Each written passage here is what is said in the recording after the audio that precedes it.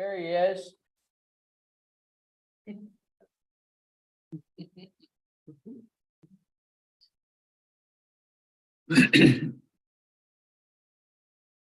we heard that. Like the kids go, teacher, I'm sick. I was never good at that.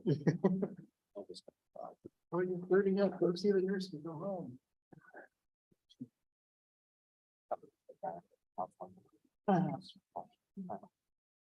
Oh, sweat.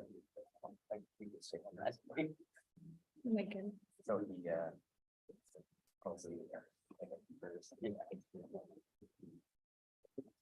Good evening, everyone. Welcome to study session of August 22nd. Donna, we do a roll call, please? I will. Councilmember Bode, Here. Councilmember Sherman. Here. Councilmember Gutierrez. Here. Marinesco. Here. Deputy Mayor Schmidt. Here. Councilmember Peterson. Here. And Councilmember McDowell. Present. Thank you, Donna. You're welcome. Tonight, Finance Director Mike Givens has information for us about the 2024 budget. Good evening, and thank you for this opportunity to, I would say, kick off the budget season, but it feels like it's been underway and never really ended.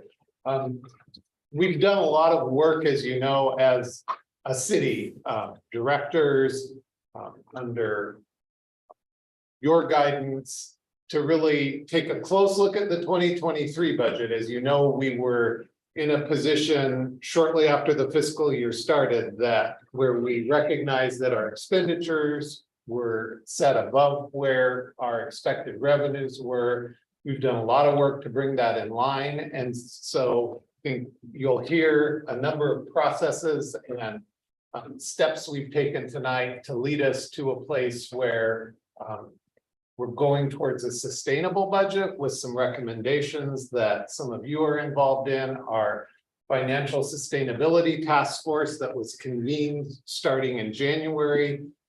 That group gave us a great deal of guidance, learned a lot about the city. You'll hear from them. And so I'm pleased with kind of where we're headed with this tonight. We're going to focus primarily on the general fund.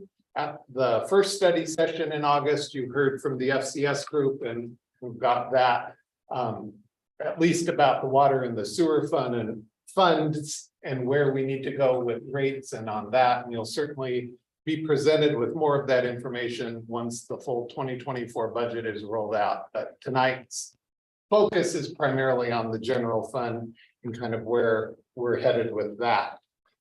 I know Mark's there virtually. This first slide is one that we wanted to share with you. We think it brings in focus a lot of kind of where we're headed with bringing you a balanced budget that supports critical city services. As you'll see, we're basing decisions on your strategic goals. But this diagram is kind of where we want to kick off our introduction tonight. So I'll turn it over to Mark. Great.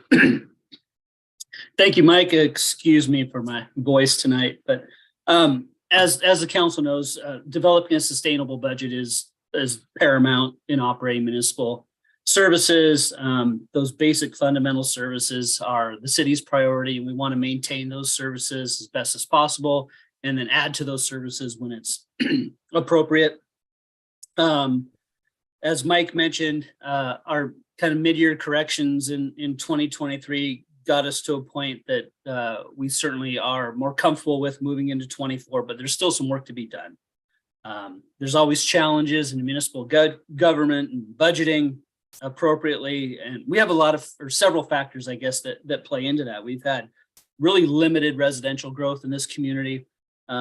We've had limited economic drivers, job centers, employers, commercial development, employment costs, liability insurance, inflationary costs have all increased kind of at this same time that our revenue isn't increasing, it's staying fairly flat. So that leads us to this Venn diagram that talks about, you know, what our wants and what our needs are and what our capabilities are. So I think this just isn't kind of a high level demonstration of how services can be, what services can be provided in general, then the balancing of those services with community impacts potentially on growth and the capacity for taxation from these residents. And so as you look at this kind of right in the middle where low density, stable services and low taxes all meet, the prospect of that all happening at the same time isn't really feasible for most instances. Obviously, this is some generalities here, but that's this kind of, I think, demonstrates the, you know, like I said, the 30,000 kind of foot view of what we're dealing with. We also have a community that wants to keep low density, likes lesser traffic, but is that realistic when we're talking about providing the services, particularly municipal utilities like water and sewer, and spreading the burden of those services over more people when the regulatory costs and labor costs just keep increasing over time. So again, just a quick snapshot. Happy to discuss this any further, but I think that it kind of speaks for itself. We can go to the And next then- slide. And all that we presented in the budget when the task force was looking at, they heard from each department director and really area within the budget and the focus on both their recommendations and then hearing from staff were on your strategic goals. And I think, you know, I know as I was applying for the job here and looking at these, they're a guide for really what you're laying out as a blueprint for the city. And I think as we make budget and financial decisions, remembering them is paramount. That's why we included them in this presentation, and to remind us all what these focuses are on for our mission to build a strong community and quality of life. I think, Mike, to follow up on that, just a couple examples, by clearly defining the future, we're looking at 2025 as we speak. So this is a kind of a parallel process, 2024's budget formation. We're looking out into 25, so we don't face some difficulties to be faced in 23 right now. So that's clearly defining the future, right? We're looking ahead financially to see what we can avoid in the future, trying to forecast that budget as much as we can and really stage ourselves to be successful and deliver the services that are most important. The community safety aspect, we've recently filled the code enforcement position. We've maintained our police department FTEs, although we haven't been able to fill those. Those have been maintained in the budget as well. And we are trying to maintain our assets as best as possible. It's fairly difficult in this day and age, but we're addressing the most needed improvements and repair projects within our assets right now. And engaging our community. This is the first step in the 2024 budget process, providing this opportunity for the community to understand the process, understand where we're at, and certainly have more opportunities as we move over the next couple months to participate in public hearings as well. So that kind of wraps up how I see us kind of addressing the strategic goals here. And then to just lead into the financial sustainability task force, I mentioned them in the introductory comments. You know about the convening of that group. They, I mean, I guess I don't want to say I chaired it, but worked with them pretty closely. They were a great group to get to know, to represent the community, and I think really come to understand what challenges we face as a city. You know, their focus was also on, I would say, the general fund, just kind of knowing where our fiscal situation was, where revenues are very limited, but they heard from, you know, Jay Harris from Public Works and about the challenges with growing our water system and how that's affecting our growth as a community. And I think that in learning about that, they were able to make some informed recommendations and put in a lot of time as to how to present that to you in a way that was both meaningful and well thought out, and not in a way that was maybe just a kind of knee-jerk reaction, but recommendations that, as we've been looking through it in preparing for this presentation, we've really undertaken a lot of those in a short amount of time, since they really wrapped up their work at the end of April. And through some city leadership transition, I think we've done a good job. So I'll pat ourselves on the back a little bit. And I'm happy to turn it over at this point to Pete Butkus, who is representing the task force, to talk about the recommendations. Thank you. Good evening, Mayor, members of the council. As introduced, Pete Butkus. I'm here representing the task force members. One other member, Mike Olson, is behind me in the audience tonight. The others are often other civic engagement activities, which is kind of typical of what they do.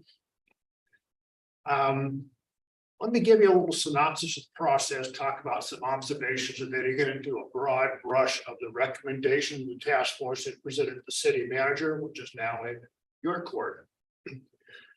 First of all, we were formed in January of this year, just a few months ago. We had 7 actual face-to-face meetings. We then spent time taking the information we picked up and did multiple rewrites of our report to make sure that what was in it was agreeable to each and every member of the task force. This is a consensus of the group. Every one of us will support the entire report. Tonight, it kind of comes to full fruition here in terms of presenting the report to the council. We proposed addressing the challenge that faces the community and you as the community representatives in 3 general areas. First was reductions in program, service delivery, or property investments. Second was looking at revenue enhancements, and let me give you 2 examples. You've already had, just 2 weeks ago, I believe, the draft of the study by the FCS group of Redmond on the water and sewer rates and fees. And tonight, there will be further discussion after I pick up and go about where the council may go on related taxes that directly impact the general fund. So we have a utility function and a general fund function here in terms of revenue enhancements. And last is, we're encouraging you to strongly look at and focus on how to grow in the community. In doing all this work, we reviewed the council's strategic goals that are right up there on the overhead slide, and we kept them in mind here in the work that we did. Now, some observations not contained in the report. Shelton community and you as their elected representatives are not experiencing financial challenges for the first time. It's happened many times before. Shelton is not alone. The cost to continue in business are up. Well, revenues to meet those challenges are down. And this is for all local governments in the state of Washington.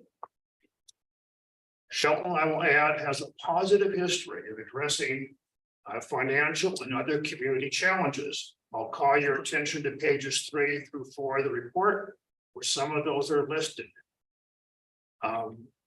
It was really good for me to go back through and review those. Those are great accomplishments that have taken place in this community. As noted earlier, this is not the first time the Shelton community and its elected officials have faced financial challenges. Further flesh out the magnitude of the challenge, please consider this. It is a multi-year problem. It took several years to get to this point. It will take several years to move beyond it. The immediate several-year challenges are described by one of our participants as being a 2 comma issue.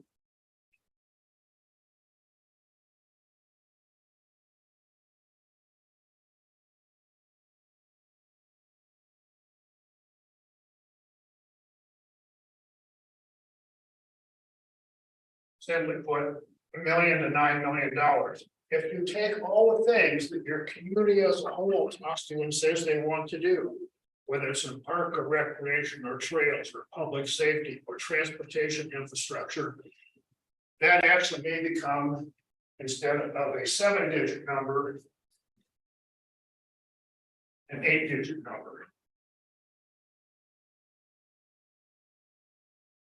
The challenge is not small, but it's also not daunting.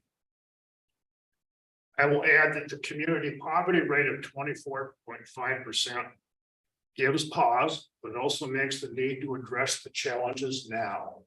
Please do not kick this can down the road. You don't have, my other final observations, you don't have much room to do further program reductions. Each and every one of the task force members recognize you have a pretty lean operation in your municipal operations. There's not much more you can do there. Now for specific recommendations, pages 5 to 8 of the report. The group put this together and decided to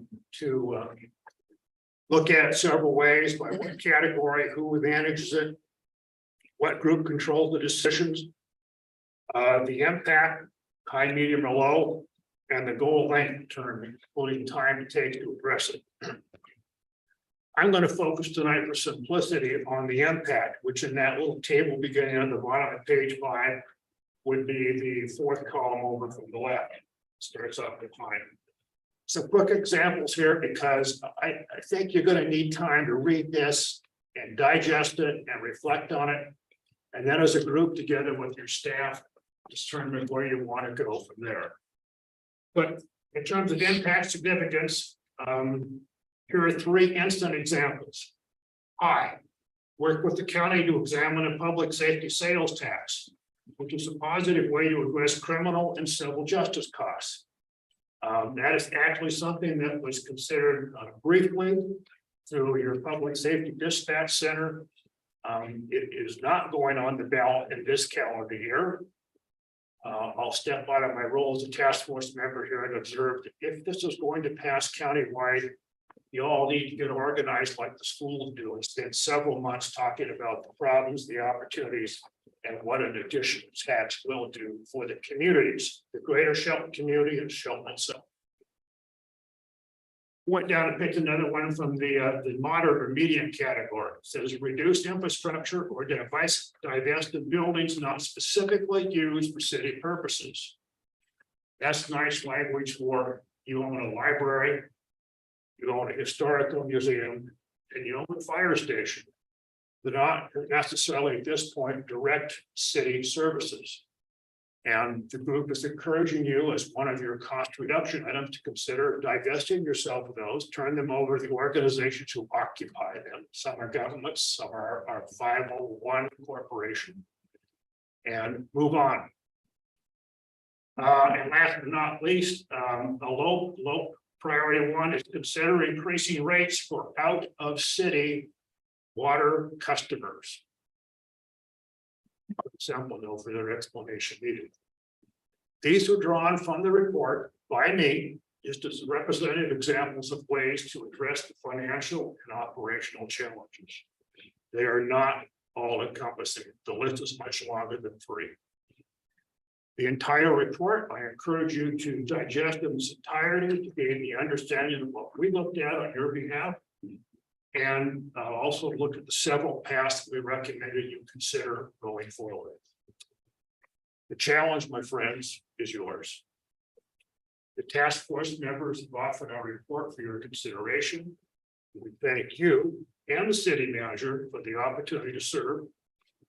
And we know in closing up here that together we can move Shelton forward to being the place we want to continue to live, to work, and to play. Thank you. Thank you. Thank you. Okay. I think a lot of, as I mentioned, the recommendations, we had begun to undertake some of those. Certainly, as you look down the list, you'll see that many of the things, I mean, as we were talking about, I was talking about with someone earlier today, the updated website and how that offers really some potential time saving to both our community members, but also our staff, as people are able to do business a little bit easier on access city services that way. So a lot of these things are ongoing and happening. I think I just want to thank the task force because they really did give a lot of guidance to city staff, and just thank my colleagues who also participated in this, because each department had presented at a meeting and did a great job really informing the task force of what they do and really how complex a city is. Some of them already knew that, but others, I think, came to realize that what we do with a really lean staff already is pretty amazing. So thank you. If there are questions, I'd be happy to answer them, Mr. Mayor. As long as they are directed in terms of the big focus of the entire task force, I won't get into my personal pets. Are there any questions? Yeah, I have, the last statement you made about the use of water, what was that? Consider charging people who live outside the city limits a different, frankly, higher rate for water. It's being done in other cities of the state. I think the majority of those customers are government as well. So. okay. Any more questions, Pete? Thank you, Pete, and the entire task force for your hard work and dedication and I will everybody's be in support. communication with each and every one of them, pass that on. Okay, my best wishes to you all. It's not easy. For those who don't know, I both sat at this table in this room and on your side of the table in other forums. So it's not going to be easy, but it's challenges we're given. Just wanted to take another quick second though, before you bail. You didn't notice in your investigation and in going through this, there wasn't some chunk of money sitting somewhere in the couch cushions and getting this office or anything like that, right? You know, sounds like you guys did a very thorough job. There isn't anything out there that We did bring our gold detectors and walk around City Hall, and I don't think there's any buried out there. so that's very, very pleased to hear that, and I appreciate the transparency from staff and working with you guys. And again, thank you all for your time. I know there's plenty of other things I'm sure you were doing, but we appreciate the help. So I just want to thank you. All right. Good night, all. Thank you, thank you. Right. So to continue on with really, as you know, where we're at, and both looking at where the 2023 budget is and where 2024 takes us. There's a subcommittee of yourselves that are now formed, a city council finance subcommittee that has, Mark and I have met with you once. We have a couple of more meetings on the schedule, and you've given us direction. I highlighted 3 bullets here. Focus on core services, keep the strategic goals in mind with intentional decision making. I think you know very intimately what our challenges are with all we have to offer as a city within the constraints of our revenue stream, in particular in the general fund. We made some reductions to the 2023 budget. I wanted to point those out. We reduced over $81,000 in supplies and professional services. Those are a permanent reduction that carry forward into 2024. And then we eliminated 3 positions formally at that mid-year June supplemental budget. I think, as you know, that's not been easy. It's put duties on other people. We feel it every day. I think we're trying our very best to mitigate that to the public and continue serving them. I mean, I'm speaking in particular at the customer service desk, because when people do come in, they need to do business with us, pay their bills, interact with city staff in other departments. So we're doing our best, but there are times it's challenging. We've reduced hours. we continue to make some reductions in, 3 other positions that were both budgeted or, not. So that's a total of 6 positions in that have been eliminated. So I think we've done some really hard work, because it's not easy in getting our costs to come in line more, as I pointed out in monthly financial reports, that those expenditures to come in line with our revenue. And that's really the challenge, because that revenue doesn't go up at a rate that the expenses increase. So we're also continuing to save in this year's budget wherever we can in the area of supplies and services, which takes us really into looking at, okay, so realistically, where is 2023 headed? Because we have to look at where 2023 is going to end as we start to build into 2024, because that ending fund balance is critical for us. So on this example here, I've done my very best to give us a realistic look at where revenues and expenditures should come in. Still doing everything that you set really as priorities and goals in the 2023 budget. And I think in particular, you know, I'm talking about an increased amount for the jail services. But in realistic terms, where do I see us ending the year, still being able to support that for the next 4 months of the year, and kind of where we're at? So right now, our estimated fund balance puts us over the the policy target that you set for us of 20% of budgeted expenditures by $900,000. So what we're looking at as city staff with that is really that's some one-time money that we could use for some expenses. And included in the materials tonight was a long list that department leadership came up with, as these are some things that I don't even know in most cases that they're nice to have. They're deferred maintenance, they're added technology, or I should say not even added technology, replacing aging technology, replacing, you know, the example that I hold on to is we have a fleet of 17 police vehicles. And if we, you know, we put in here to replace one, you know, that means that those are, if we just replace one a year, they're 17 years old. Those are heavily used vehicles that are a priority for us as a community to have our first responders in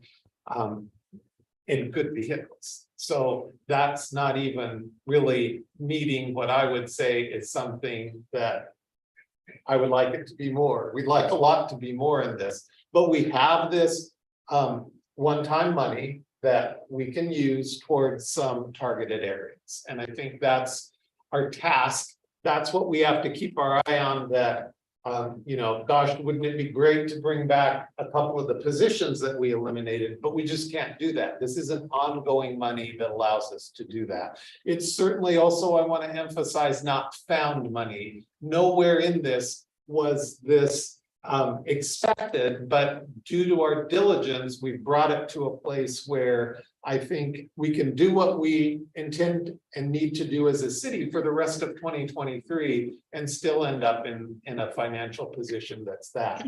It might be slightly more, it might be slightly less. I think it's going to be around $900,000 that we're over that policy. And, you know, let me share with you that when we really adopted the 2023 budget last fall, my concern was, well, if we have to dip into reserves because we knew we wanted to for jail costs, we have to also figure out a way to pay back that 20% because we need to be at that level.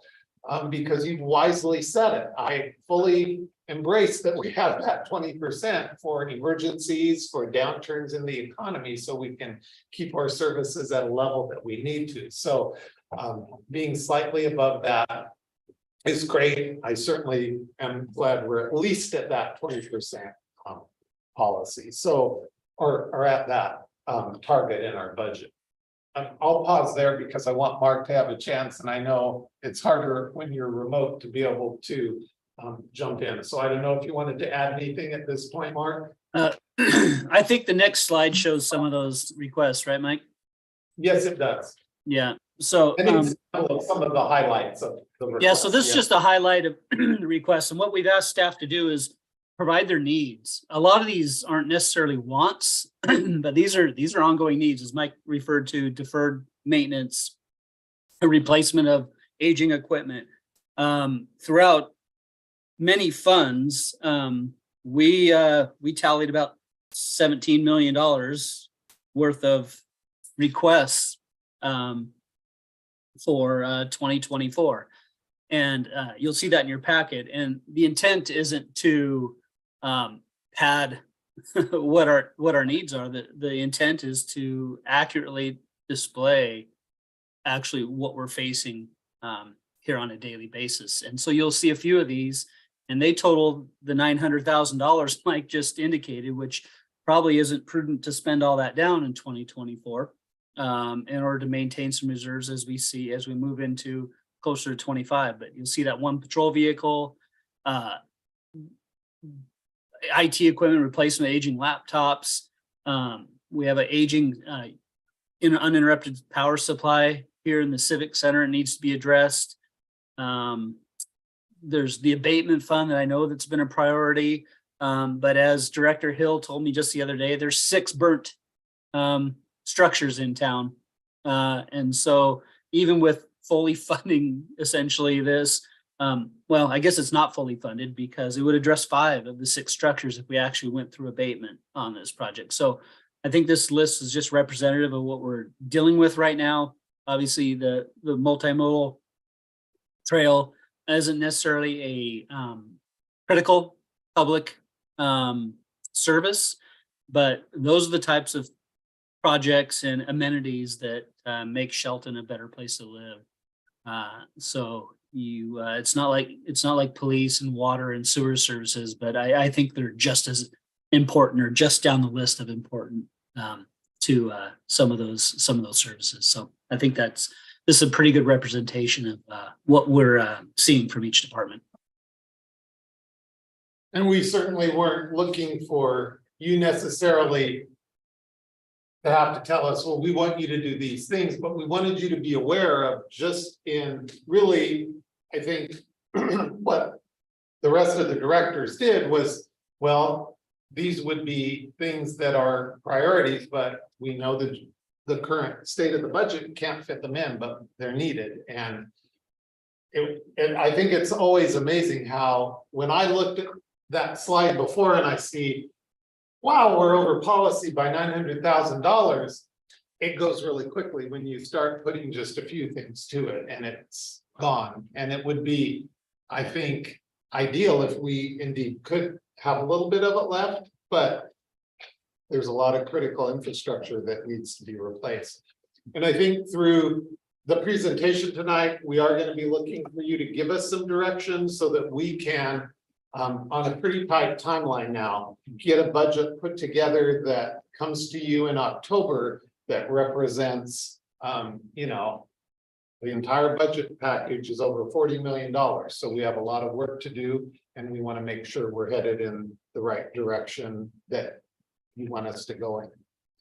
Mark, did you want to talk about, since the animal shelter roof is on this list, the animal shelter, to get some direction on that at this time? Yeah, I think there's a couple things to address. I think I'll go back and I think it's important to recognize that that 907 does not fund the street fund. And just to reiterate that, so at 600 and what was our budget this year, Mike? The transfer, a little over 600,000 from the little over general fund. 600,000. Yeah, transfer the street fund. So that takes that 907 down significantly. There are opportunities to fund that out of the transportation benefit district for maintenance and operations if the council so chose. So we're interested in getting some direction there. The animal control / shelter services RFP deadline pass without any submittals from any interested parties. Director Hill has provided me with help from the police department. Oh, let's see. Police had nearly 400 animal control calls last year and 260 to date this year. So we have there's a need in the community. I think there's an expectation. It's just what the level of service is, the appetite for providing that service from the council, and how we're going to maybe mitigate the cost of that service with some other partnerships that might be out there that we need to foster with Mason County or Kitten Rescue or the Humane Society of Mason County and some of those other organizations that weren't quite ready to take on that service in the community, but they certainly have needs for housing animals. And with our recent fee schedule update to address animal control and shelter services, I think it might get us into a better position to offset some of those costs that are ongoing and will be occurring in the future. Kind of the third topic is the recent formation of the subcommittee on homelessness and the work that subcommittee is doing, and the anticipation for some recommendations coming from that I would imagine would have some costs associated with whatever proactive opportunities that are put forward to the full council. Those might not be new FTEs, but as we have talked and as Pete certainly mentioned, we are running a lean ship, and adding some of these services onto existing staff has an impact to our existing services, and it does have a cost at the end of the day, right? It might have a cost in employee turnover, fatigue, and liability and things like that. So we need to be really conscious of how we add services and are strategic in that manner. So I think we're looking for some direction at this point, because we are at that pivotal point with the budget that directors need to be able to know if indeed your desire, I think, is for us to include the animal shelter in the general fund budget and proceed with that. Am I headed in the right way, Mark? Yeah, and I guess for clarity, it's still in there. We obviously we had slash code enforcement animal control officers previously. We've essentially split those up to focus one position on code enforcement. The other position is open. It's filled by a temporary position to manage the shelter at this point. So it's in the budget currently. It could be filled if we continued operating those services. The street preservation project, why couldn't we use the TBD for that? The match, yes, the 351. Did that come out of TBD? Well, I think it could.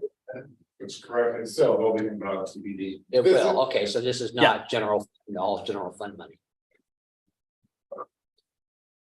Not necessarily in its entirety. I think this is a broader view of the needs. Okay.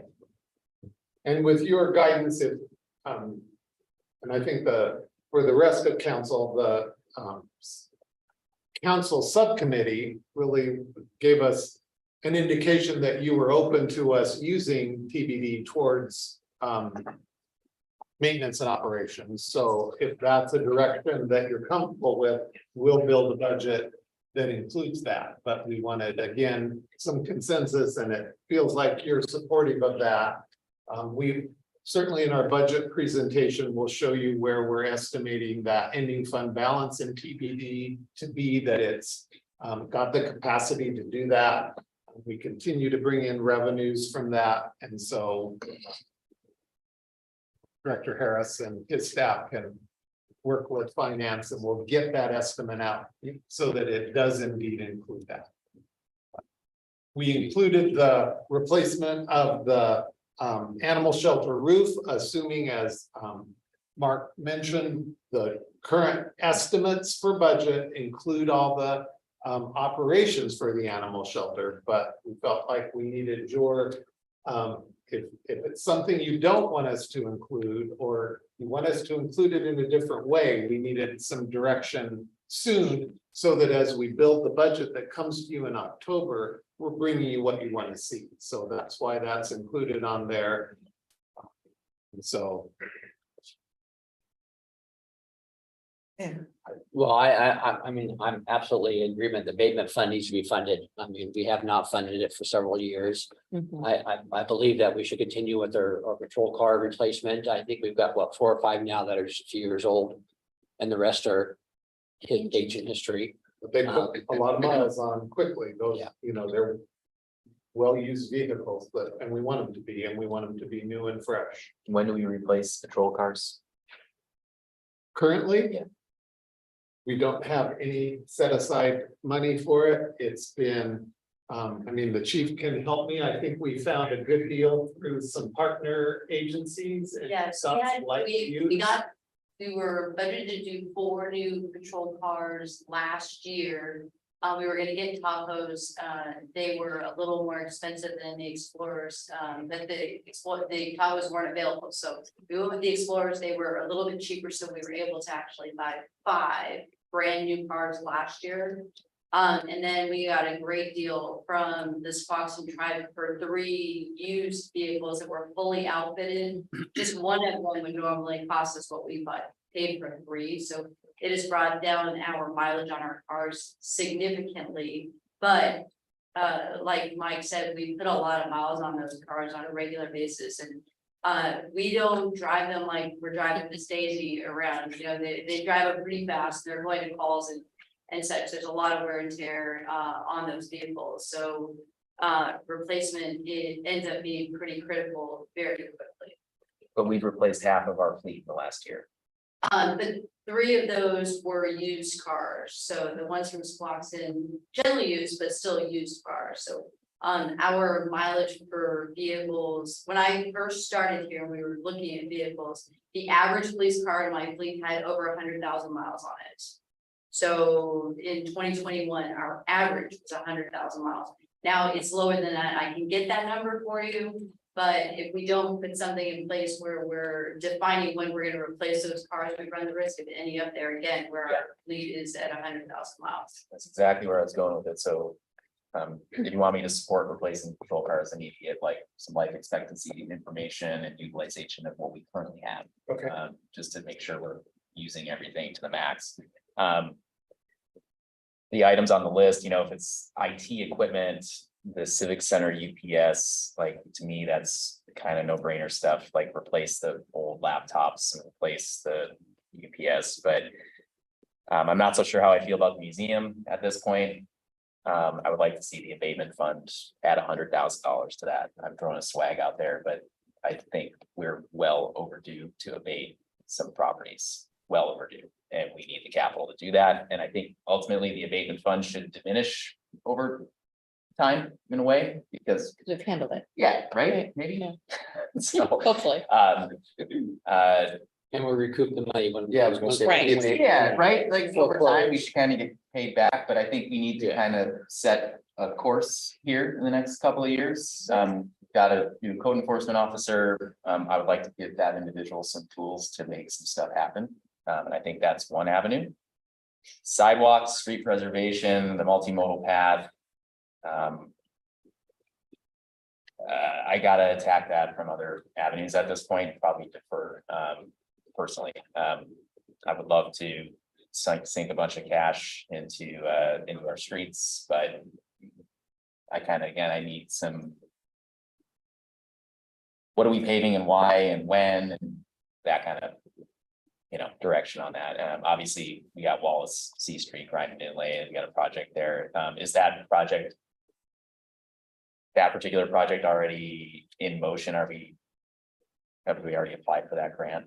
I'll let Director The C Yeah, Street. Grinding? so the Transportation Improvement Board, we sent an application to them 2 weeks ago. The application has been received by them, and they typically Will get back to us sometime in November, December, and then we actually don't get the funding paperwork until next spring. But we're proposing, if it is funded, which the road is pretty deteriorated. That is in severe need of maintenance. Right now, we can get to grind an inlay on it, where we take out a couple inches and then inlay back in asphalt. If we go another year or two, it'll probably be a full dig out. Yeah. And at that point, it's 2 to 3x of what the estimated cost is right now. So anyways, so we're hopeful that we'll get that. There's matching dollars for the application. And so that's what the budget will show. There was $300,000 in the 2023 budget already for it. We were not awarded last year's application. We have higher hopes this year. We're putting in additional funds in the 2024 budget to secure a match. The maintenance costs actually went up significantly in the cost estimates in just 1 year. That the pavement is getting ripped apart. And it affects us day to day, where they're potholing a lot more, fixing holes in the road, that sort of thing. I think I've noticed, especially on that section of road. It's involved, never mind, disregard, sorry. Sidewalk replacement program, some bad cracks out there. That someone catches their foot down and go, we're in trouble. So that's kind of. Very important thing to me. Have the sidewalks mended. I'm okay with everything on this list except for maybe the museum HVAC. I think that's something we can defer because it's a less traveled space, but we should go ahead with the electrical. Because I know about old wiring.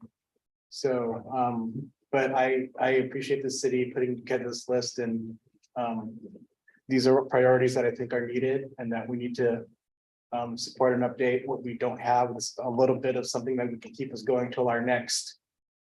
But a little bit of something that we can keep us moving, like, hey, we're still in the fight. So I agree with almost everything on this list except for maybe the HVAC. Yeah, and I mean, we're gonna be talking in the future here about turning some of these businesses over to the nonprofits, so. They can repair themselves. That being said, we have a conversation about, we're not taking on, state or other assets until they're brought up to current standards. And I, as the museum, if I were them, I wouldn't want to be taking on a building that had that kind of substantial updates needing to be done.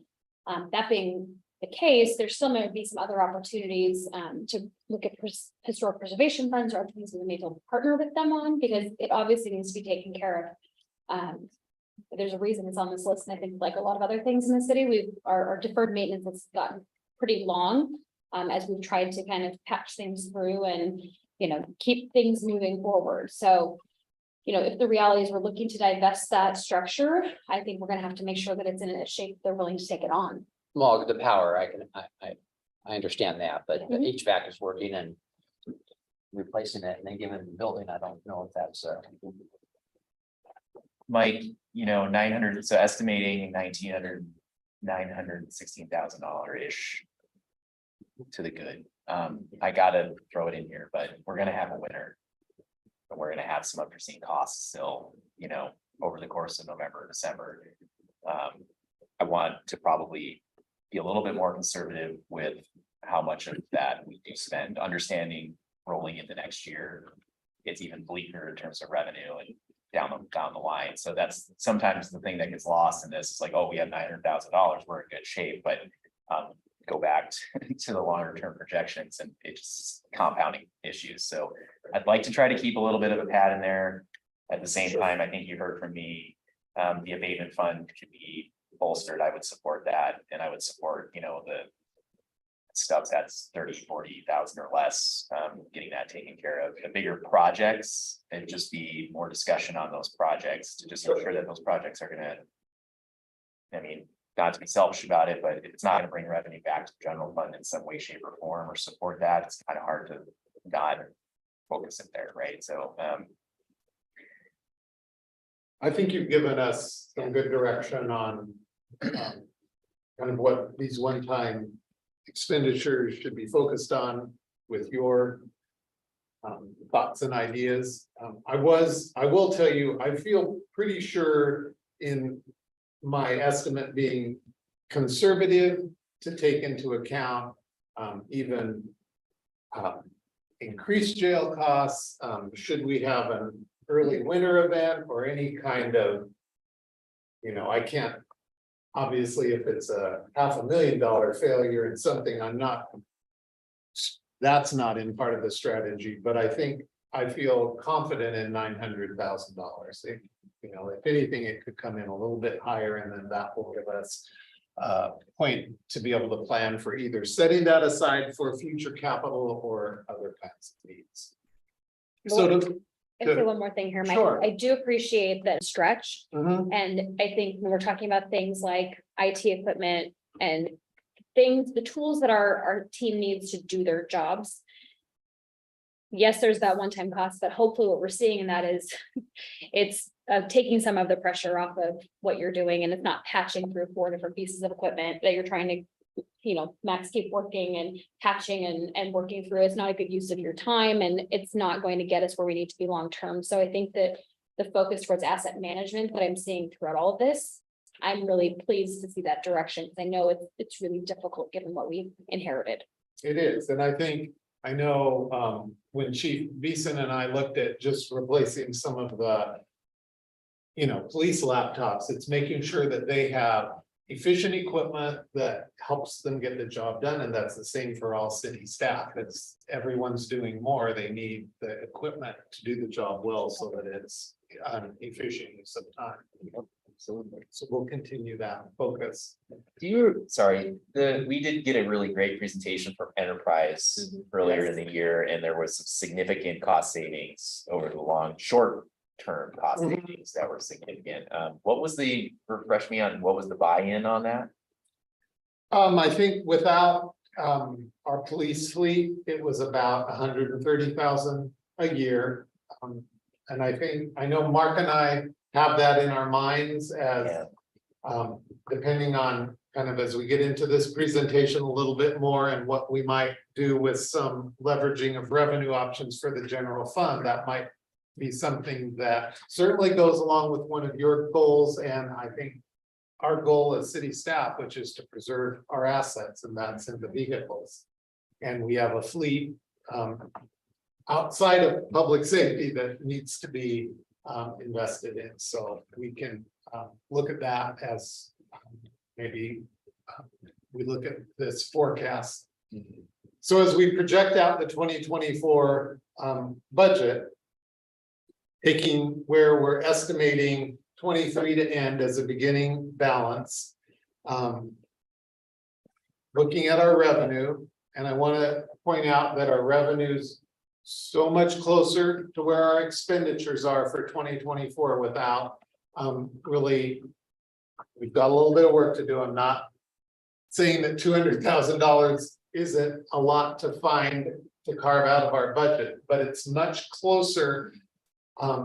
It's putting the city in a position where it can sustain it. Now, our revenue doesn't grow as fast as our expenses do, and that's true for most cities in this state where we're hemmed in by some of the limitations in the 1% increase to property tax. And as you know, our sales tax base is what it is. It's just not going to grow substantially to support a dramatic increase to city services. So when I estimated the revenue for 2024, that's assuming the 1% increase to property tax, but that is taking absolutely no increase to sales tax. It's keeping it right where it is, and estimating that the economy is going to hang in there kind of where it is, and looking at, what everything's indicating. That's where I left that. I brought B&O tax in line with kind of where I'm assuming it's going to be, just to give you. God, I hope I didn't leave my B&O tax notes. No, I didn't. Okay, so we budgeted just over $1 million for B&O tax in 2024. As I pointed out in monthly financial reports, one of our largest payers of B and O tax. Their profits came down a bit after the pandemic. And so that estimate that is more real is that our B and O tax is at the current rate, it would be about $800,000 a year. So about $200,000 less. I took that into account in building the 2024 budget. So I feel like the revenue is really in line with what we're actually going to bring in. It's not inflated in any way. It's not, it's real. I don't really see it being far off that. With the expenses, we've estimated our labor costs for all of our employee groups that have negotiated agreements next year. We've done as best we can estimating where benefits will be, as well as our liability insurance. We had, we have more information on that now, so I can speak a little bit more with less crystal ball on those, that they're coming in within what we're budgeting. So the expenses are really pretty real also. I don't see that they're going to go dramatically. As I sit here today, I don't think they're going to go up or down dramatically. As much as I know right now, they are what they are. So for 2024, we still need to look at that expense budget and carve out about $200,000, which isn't going to be easy, but that's what our jobs are. Looking at 2025 and taking a realistic look at where revenues would be, again, keeping everything the same except a 1% increase on property tax, assuming the economy stays right where it is and property values don't really rise or fall, they stay right about level. That's where the revenue is, and then forecasting as best I can a very modest growth on our expenses, which would be mostly employee costs. Quite frankly, I'm not increasing anything else. That puts us at about just over $550,000 in expenses exceeding revenue. And that's the difficulty we face without any kind of a revenue increase. And for the rest of council, the subcommittee really kind of looked at this at our first meeting at what can we do? Because there aren't many things that you as city council can act on that really can raise the revenue.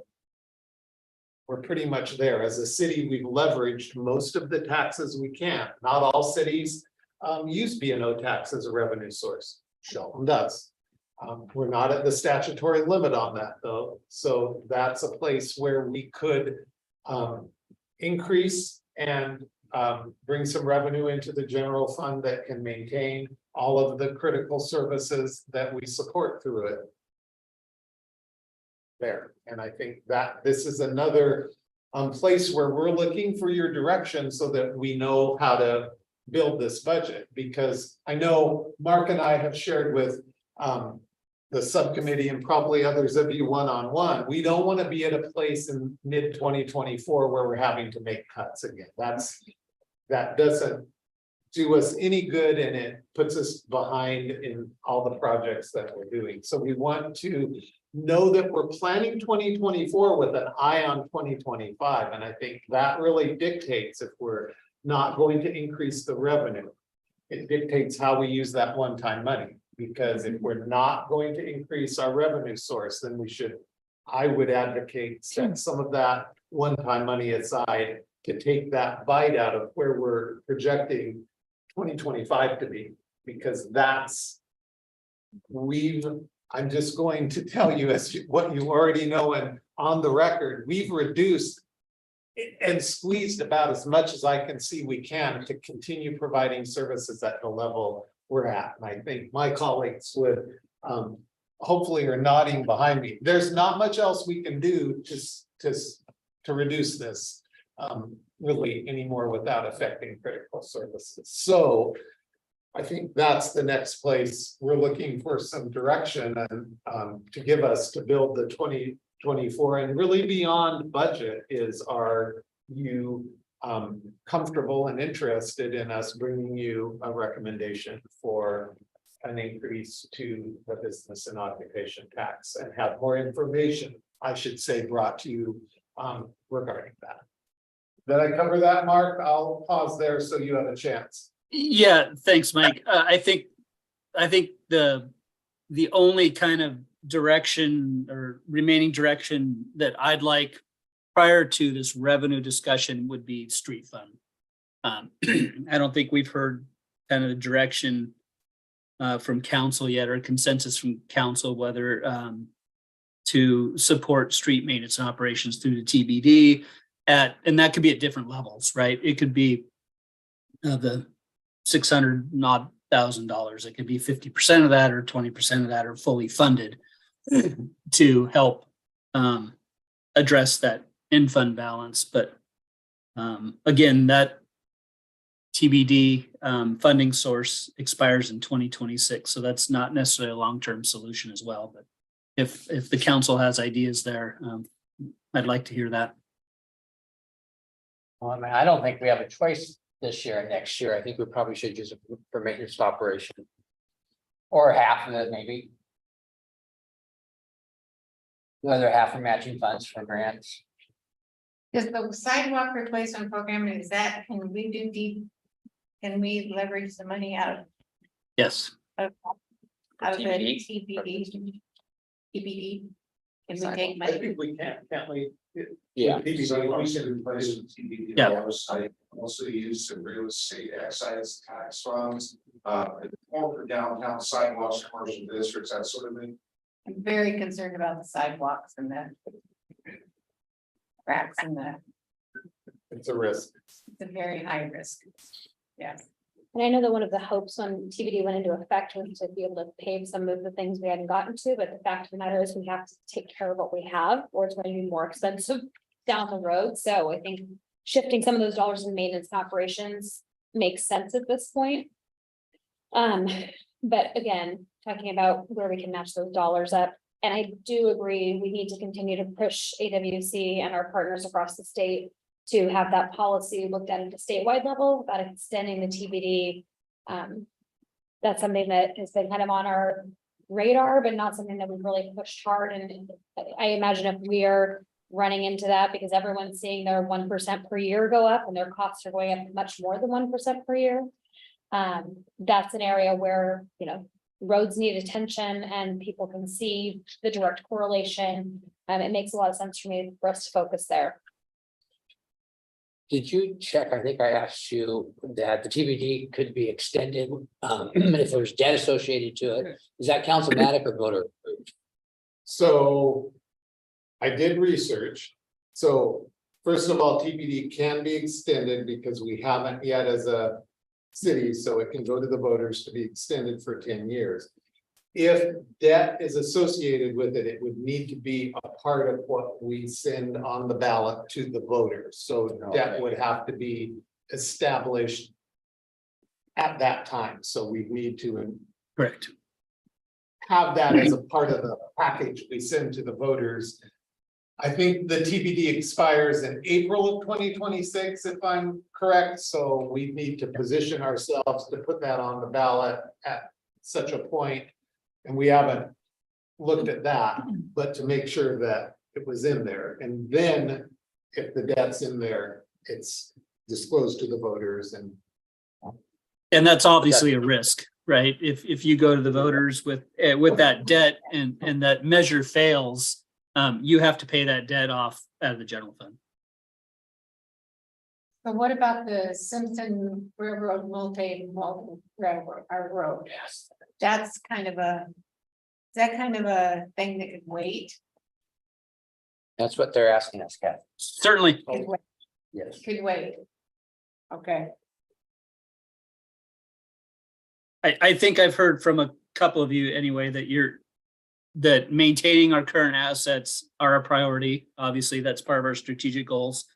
And that the utilization of TBD funds to, continue to do that is something you would consider. So as staff, why don't we come together and bring a proposal forward that certainly does that and find a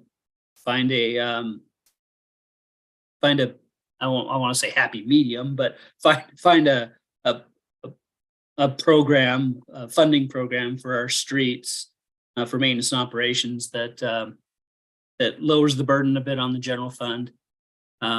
And distributes some of that to TBD, and keeps that fund at a level where we can effectively maintain our assets, and not allow them to continue to deteriorate. But I suggest that we look at possibilities of a B&O tax increase, and also what would the amount of money be if we raise the property and EMS tax? How much money would be raised if that happened? And then be aspirational and like, oh, if we raise it 1%, we could have this many vehicles, we can have this many mitigation sites, we can have this many or reallocate some of the, not mitigation sites, but redoing the land, and also what money could we get from an increased B&O tax, and from whom? Because if 24% of us are living in poverty, then how are we going to squeeze out more taxes from poor folks? So considering all those things, but I'd like to see options. Sure. And if that would be, and then give us some aspirations of like, okay, what can we do if we did increase the tax, not just say no taxes altogether? You know, what could we do to repair or refund or do some deferred maintenance on the projects we've already started? So we did build the 24 budget, assuming that we would take the 1% increase on property tax, and that's a very small amount of money, I will tell you, but it's something. Like 20,000. Certainly not small to the property owner, but it's. And also the In terms of our SMPD budget. park levy, or, you know, all the different levies, like, well, what if we raise all the levies to the maximum extent? So you're talking about a levy little F. Yeah, Not little less, just- yeah, okay. not just, yeah, thank you. I think we do have to be really thoughtful. One of the things we talked about at the subcommittee level was, you know, how are we balancing what we need to fund within the city with what people have a capacity to afford? And we've had this conversation with water sewer as well. You know, I think we've looked at how growth plays into that, but there's a cost to that as well, and making sure we're set up for that. If we don't have the water tank to give the capacity to build new houses, you know, that's where, in my mind, we need to be investing our dollars for long term. The 1% property tax levy, that is what it is. Like, we're not getting anything else there.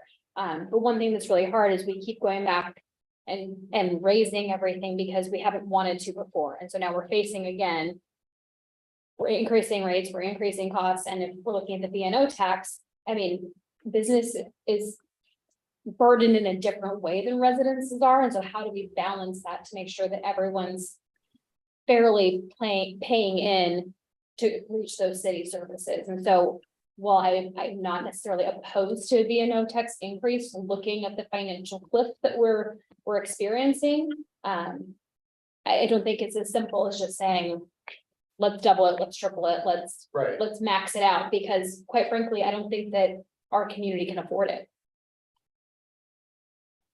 And then you have to consider businesses that are potentially looking at our community, and will this drive them away? In some cases, we know the costs are passed on to the consumer. On a B&O presentation, can we get some other cities on?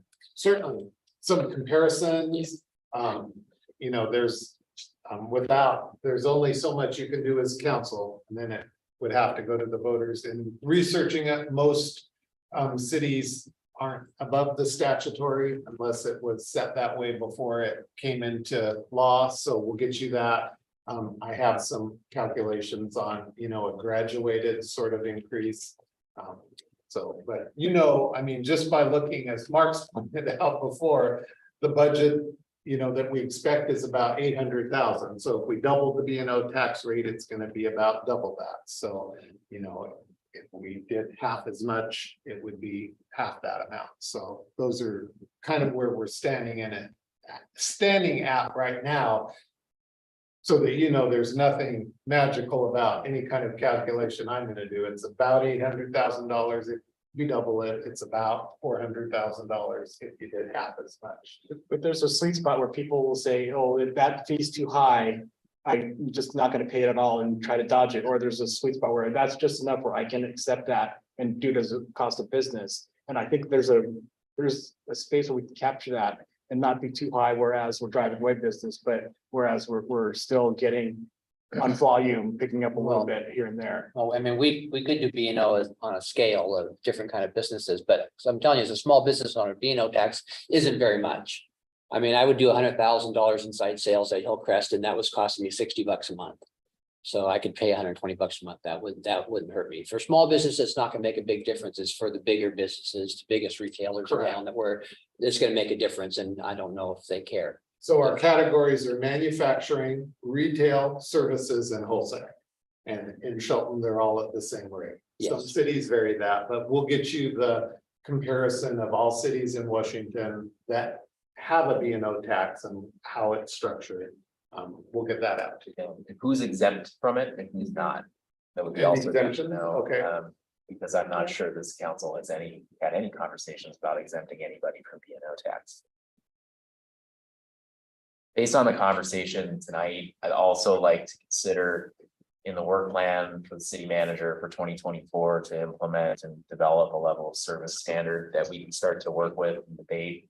My fears are, just being blunt about it, we're not going to solve this problem through tax increases either. And we're going to have to do level of service reductions in 2024, 25, and probably up to 27 to fully recover. And the council needs to be able to debate that intelligently. So we need to get as much information on what are the city services that we cannot ignore. It's a good way to put it, maybe, or cannot defer. Obviously, we need to be able to sanitize our wastewater and drink clean water and provide for public safety and do business, but we need to fully understand what reductions in those services would equate to. And whether or not we consider fully funding those services moving forward.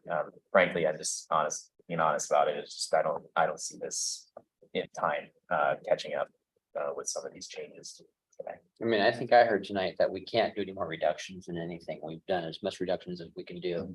So I don't, Well, I think we've heard from Seth that people wise, like we are as lean as we can be. Yeah. But that's why we've gone to things like reducing number of hours the customer service is open. So like, what's the trade-off? And I think to Joe's point, being able to clearly articulate that to the community, like because of the current financial situation, this is what you can expect so that we don't have people frustrated on either side of the counter about what we as a city are or are not able to offer. And I think it's really important that we have metrics to be able to measure that because right now it's very anecdotal. What was it like for you? What does that look like? Yeah. And I think also looking for creative solutions, like we've talked about, why are people visiting the customer service desk? Well, they're paying with Right. cash. Okay, well, do we have a kiosk that can accept cash outside of those hours? Like, how can we still meet people where they are, provide what they need, but in a way that isn't costing us in the way it is now? And then being able to measure that. Is that fair? And I fully understand in some cases, being as thinly staffed as we are is actually costing us more money, Mhm. right? Inefficient, right? Customer service functions are more leaning towards self-service. So, I understand collecting cash, but again, that may be something you have to decide. Do we not accept that anymore? And do we push towards more self-service because it's going to save $150,000 a year? Those are the things I need to fully understand. And then as we move into 24, it's not fair to try this now, but I think again, we need to look at kind of that scorecard of city services. And right now it feels like we're pushed to deliver everything at an A level of service when we can really probably only afford a C. So being able to, and that was just shooting from the hip, that's not based on anything specific, but it's just, what I'm saying is for us to be able to say, hey, this activity, nets about this amount of money a year, cutting it 50% is going to look at like this. The other challenge with all of this too is just with the way we're structured. It gets down to staffing levels, staff, especially between public works and other general fund. Those positions are shared positions, so making a cut in one area is going to affect 2 or 3 others. So again, those are things that we need to be able to fully understand and grapple with next year. Just appreciate all the hard work, though. It's just, not fun.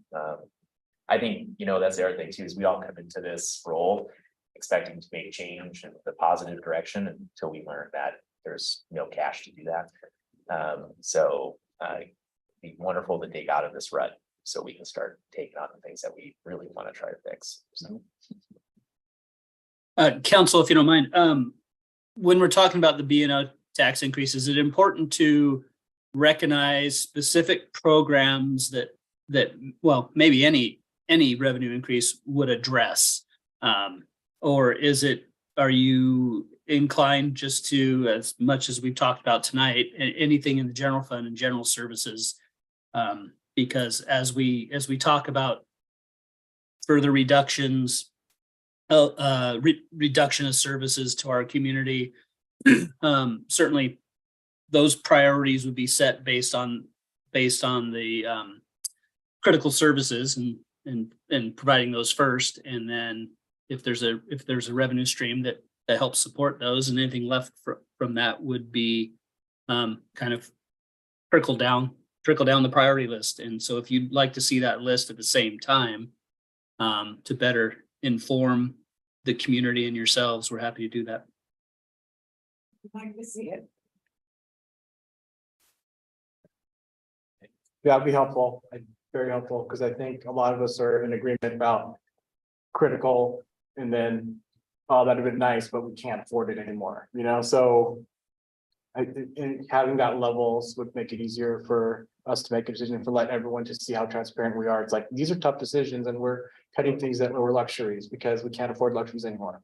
So, I think that's okay.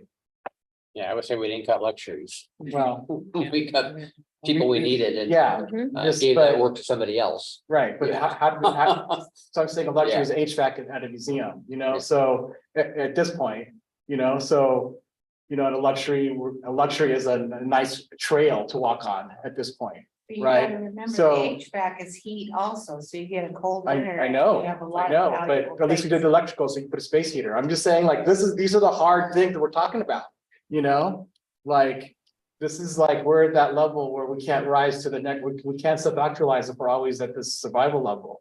And, you know, I'm, like Joe said, I'm a little frustrated about what we're aspirationally wanting to do as a council and what we're trying to do just to survive.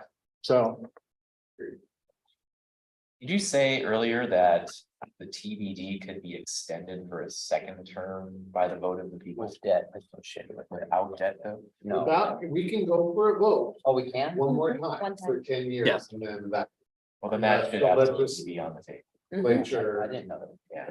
allows us to, because we've only done it once and so. So Yeah, you need to go. it expires in April of 2026, so if we need to position ourselves to. Having I'm that, not sure that we've looked, have we marked when we would want to put that on ballot if that's your desire? No, we haven't. Probably February. I mean, I don't know. We'd have to do some research in that, but I'm not sure where you position that with an expiration in April of what ballot it would go on. So we'd have to do some work on that. Yeah, we'd have to look at the RCW and see when it would take effect based on the vote, and if that could be established based on the expiration of the previous, assessment, I guess. So, yeah, we need to do some research there and see how that works. in the last little bit on all of this too, and this was from the report as well, so I know that we agree with it, but. Proposals, there's pulling and getting proposals for undeveloped city-owned properties, so. Yes. I think that's something that we could probably be working on now. Mhm.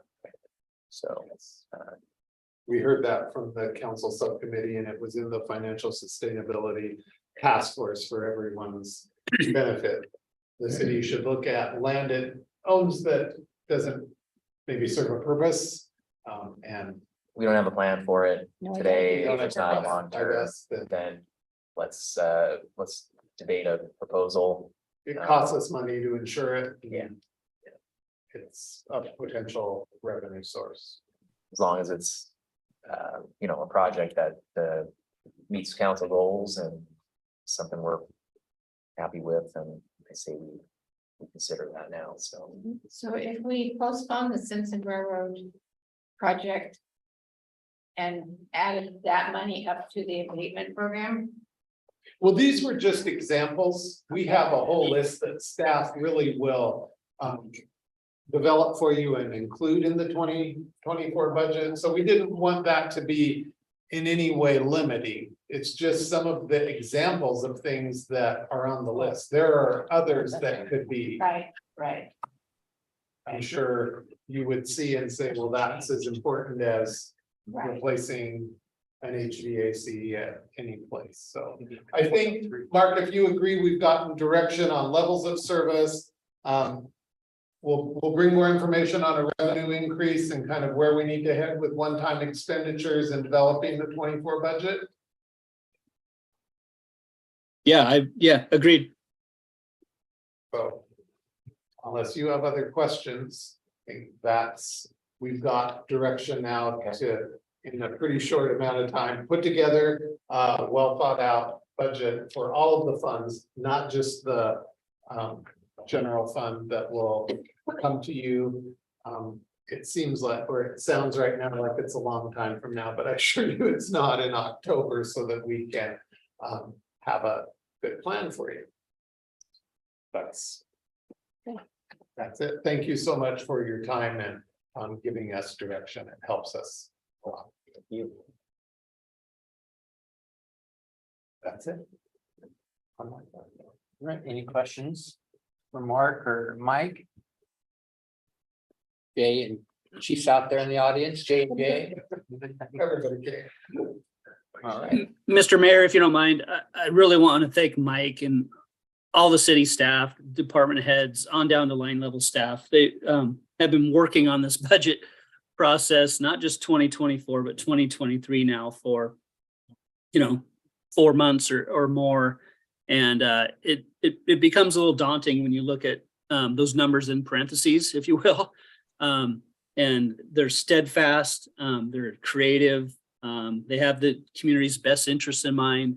And I'm just really proud of the work they're doing every day and the work they're putting out now. And I think that we've got a good team at the city that'll work through some of our financial difficulties and get us to a place that we're providing the services that the community deserves and warrants. So I just want to recognize everybody publicly. Thank you. thank you. All right. Does council have any new items for discussion? I just like to thank staff and the SPD and all the nonprofits and everybody that's been down at Brewer Park, 5 times now, and it's looking much better down there.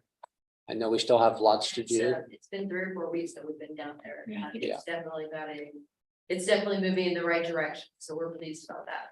I've seen a difference and I appreciate all the hard work of not only staff, as nonprofits getting down there and making connections with some of these people and trying to get them homes. I believe I got a phone call and I even asked Councilmember Bode if he could help somebody. And I guess the next day he found a home for somebody, grandma with 3 kids.